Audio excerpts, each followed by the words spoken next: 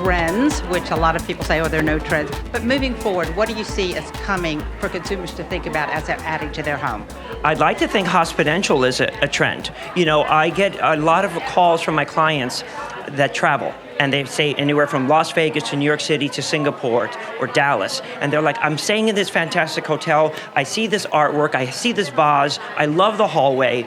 That's what I try to do. So that's an element of getting inspired to create a space like this one here. How do you suggest consumers take chances in their home? Hire a designer like myself, or really think outside the box. You know, look at all the things that inspire you. Try to create a story. The concept here, you know, started about marrying two worlds, but it really took a whole different flight with the artwork and the all the artists that donated to the space. That's what I would say. Use artwork to inspire you. Use your travels. Use a magazine. You know, we all have tear pages, and create a story, and then go to a professional to execute it, elevate it, refine it. So, David, talk with me about inspiration as you're doing a show house and how you take your look but bring it into a show house. Well, in this particular space, I have Hospidential, which was influenced from my travels, hospitality, and residential. We took the Old San Juan charm that is infused in my wallpaper collection, and we decided to bring that color, that movement with the graphic elements of my trademark Strictly Santi to the show house and marry both worlds. Hospidential meets residential in an arts and craft home. Love it. Talk about the colors and how you chose the colors you put here.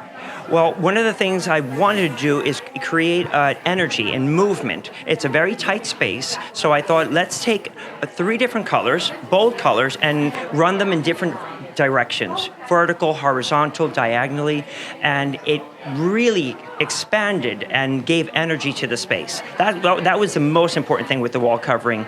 And most importantly, the flavors of Old San Juan from the Passport collection. You know, it's a wallpaper collection that's been inspired from my travels to Venice, Puerto Rico, New York City. You got the botanical gardens, the cloisters, and the Flatiron District. How do you take that feel and make it also glamorous, which you've done so well here? I would say that comes from the traditional sensibility that I have from when I started in the industry. It's all traditional roots, and I like the classicism also, the neoclassic with the new.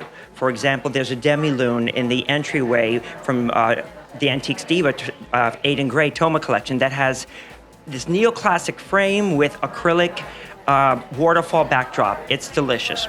With Beethoven in fuchsia flocking from Pole Art. I mean, talk about show opposites.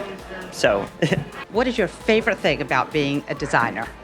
My favorite thing about being a designer is unlimited flexibility and the idea of being able to conceive, you know, a concept. So you know, from conception to inception, and see that journey.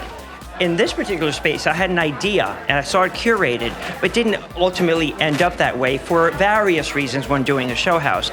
But it ultimately became bigger and better than I expected. And that's another thing. Always embrace the unexpected.